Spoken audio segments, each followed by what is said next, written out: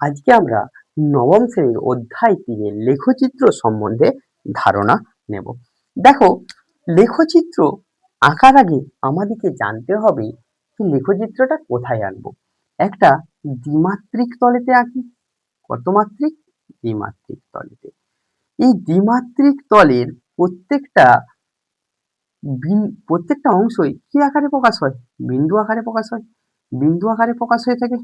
প্রত্যেকটা বিন্দু আকারে প্রকাশ হয়ে থাকে। এইরকম বিন্দু আকারে প্রকাশ হয়ে থাকে প্রত্যেকটা স্থান।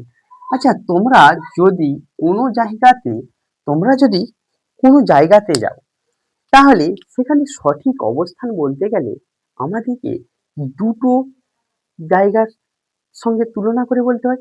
ঠিক তেমনি আমরা মনে করো যদি কোনো একটা স্থানকে বিন্দু হিসাবে ধরি, মনে করো এই বিন্দুটাতে যাব, এটা মনে করো আমাদের স্কুল আছে, তাহলে এখানে থেকে যে 5 একক দূরে বা 5 মিটার দূরে যে তার থেকে 3 মিটার দূরে উপরের দিকে যেতে হবে বা 3 মিটার বাঁ দিকে যেতে হবে, এরকমই আমরা বলে থাকি। রাস্তায় সোজা যেয়ে বাঁ দিকে কি সোজা যেয়ে ডান দিকে, এইভাবেই আমরা কোনো জায়গার স্থান বা ঠিকানা। তাহলে বিন্দুটা বোঝানোর জন্য দুটোর সঙ্গে তুলনা করছে। এক্স অক্ষের থেকে দূরত্ব এবং ওয়াই অক্ষর থেকে দূরত্ব আমরা নিরূপণ করব। তাহলে তোমরা জানো নিশ্চয়ই এই যে অক্ষটা আছে, এই অক্ষটাকে এক্স বলা হয়ে থাকে আর এটাকে কি বলা হয়ে থাকে? ওয়াই অক্ষ। এরা যেখানে ছেদ করছে পরস্পরকে সেটাকে ও লিখি। এই অক্ষদ্বয়ের ছেদবিন্দুকে আমরা মূল বিন্দু বলি। তাহলে এক্স ও এক্স ড্যাশ কে এক্স অক্ষ বলে। একে অপর নাম ভুজ হয়, যাহা ভুজ বলা হয়ে থাকে, যাহা কি হয়? হরাইজন্টাল লাইন হয়, যা কি হয়? হরাইজন্টাল লাইন হয়। আর ওয়াই ও ওয়াই ড্যাশ কে আমরা কি বলি? ওয়াই ও ওয়াই ড্যাশ কে আমরা কি বলি? ওয়াই অক্ষ বলি। ওয়াই ও ওয়াই ড্যাশ কে আমরা ওয়াই, তাহলে এটাকে ওয়াই অক্ষ বলছি। এটাকে কি বলছি বাবা? ওয়াই অক্ষ বলে। এটাকে আমরা ওয়াই অক্ষ বলি বা কি নামে ডাকি? কোটি নামে ডাকি। এরা যেখানটা ছেদ করছে, পরস্পরকে যে অংশটা ছেদ করছে সেটাকে আমরা কি বলি? মূলবিন্দু। তাহলে এক্স অক্ষ ও ওয়াই অক্ষের ছেদ বিন্দুকে আমরা আমরা মূল বিন্দু বলি। দেখো, মূলবিন্দু বলতে তার স্থানাঙ্ক বোঝায় 0 0। এই যে আমরা স্থানাঙ্ক লিখি অর্ডার পেয়ারে 0 0 বা ক্রমযুগলে বলা হয়ে থাকে, অর্ডার পেয়ারে 0 0 লিখি। এই প্রথম জিরোটা আমরা বুঝাই ওয়াই অক্ষ থেকে দূরত্ব এবং মানে এক্স এর স্থানাঙ্ক, এবং এটা ওয়াই এর স্থানাঙ্ক। তাহলে ও বিন্দুর স্থানাঙ্ক দেখলাম কি? 0 0। ও বিন্দুর স্থানাঙ্ক হয়ে থাকে 0 0। দেখো, এক্স আর ওয়াই আছে, এখানে আমাদের 4টা কোয়াড্রেন্ট বা 4টা পাদের উৎপন্ন হচ্ছে। এটাকে বলা হয় প্রথম পাদ বা ফার্স্ট কোয়াড্রেন্ট। এখানে এক্স এর স্থানাঙ্ক ধনাত্মক হয়ে থাকে, ওয়াই এর স্থানাঙ্ক ধনাত্মক হয়ে থাকে। মানে সংখ্যাগুলো যা আসবে সেগুলো ধনাত্মক আসবে। মানে যদি আসে x1 y1, সাপোজ একটা ধরছি ফার্স্ট কোয়াড্রেন্টে, দুটোই ধনাত্মক হবে। এটাকে বলা হয় দ্বিতীয় পাদ। এখানে এক্সটা ঋণাত্মক আর ওয়াইটা ধনাত্মক হয়ে থাকে। যদি কোনো একটা বিন্দু নিই, মনে করো x1 y1 টাই নিচ্ছি, -x1 এখানে y1 এভাবে আছে। এটাকে বলা হয় তৃতীয় পাদ। এখানে দুটোই ঋণাত্মক হয়ে থাকে। এখানে কি হয়? দুটোই ঋণাত্মক। তাহলে দুটো সংখ্যায় ঋণাত্মক। তাহলে তোমরা যদি কোনো একটা বিন্দুর স্থানাঙ্ক দেওয়া হয়ে থাকে, দুটোই দেখতে পাচ্ছ ঋণাত্মক, তাহলে তোমরা সহজেই বলে নিতে পারবে কোন পাদে অবস্থান করছে? তৃতীয় পাদে। এবার আমরা চতুর্থ পাদে দেখব। চতুর্থ পাদে দুটোই কি থাকে? এক্সটা ধনাত্মক থাকে, ওয়াইটা ঋণাত্মক থাকে। তাহলে এখানে x1 - y। তাহলে প্রথমেরটা ধনাত্মক, তারপরেরটা যদি ঋণাত্মক হয়, চতুর্থ পাদে বিন্দুগুলো বসবে। এইভাবেই আমরা বিন্দু স্থাপন করতে পারি। লেখচিত্রেতে আমরা কি করতে পারি? বিন্দু স্থাপন করতে পারি।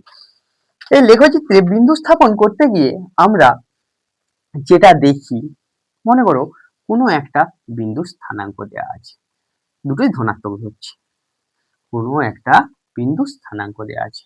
সাপোজ তোমাদের কোনো একটা বিন্দু স্থানাঙ্ক কি দেওয়া আছে, মনে করো 3 আর 5 দেওয়া আছে।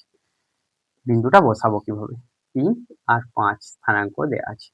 তাহলে আমরা তোমাদের দেখবে গ্রাফ পেপার দেওয়া থাকে, গ্রাফ পেপারে এক একটা ছোট ছোট ঘর থাকে, এভাবে টানা আছে।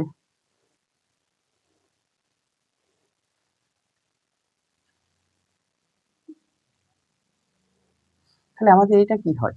এক্স এক্স ড্যাশ, এটা ও, এটা ওয়াই ওয়াই ড্যাশ। ঠিক এভাবে আছে গ্রাফ পেপারটা হয়ে থাকে। আমরা 3 5 হলে এটা বড় হচ্ছে, কিন্তু 3 4 নিচ্ছে। দেখো এখানে প্রথমে 3 স্থানাঙ্কটা লিখবো কি করে? আমরা এখানে জানি এক্স এর মানও 0, ওয়াই এর মানও 0। প্রথমে 3 কিভাবে বসাচ্ছি দেখো, এই বাহুটাকে 1 2 3 এখানে ধরলাম, তার এদিকে 4 1 2 3 4। তাহলে যে বিন্দুটা পেলাম সেটাই হবে 3 4 বিন্দু। এর থেকে তোমরা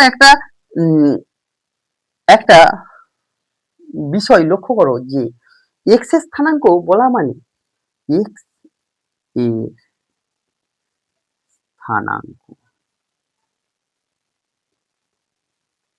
অর্থাৎ ওয়াই অক্ষ থেকে দূরত্ব, আবার ওয়াই এর স্থানাঙ্ক অর্থাৎ এক্স অক্ষ থেকে দূরত্ব।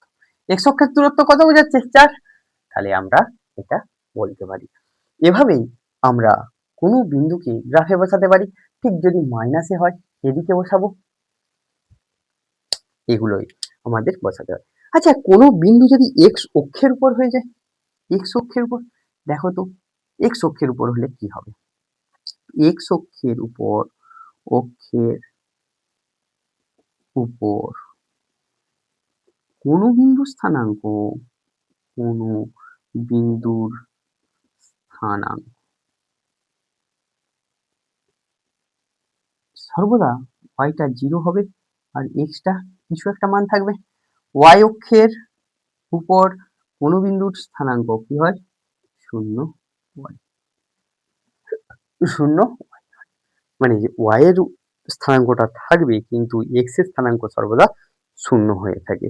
এইভাবেই আমরা কোনো কিছুর গ্রাফ আঁকতে পারি।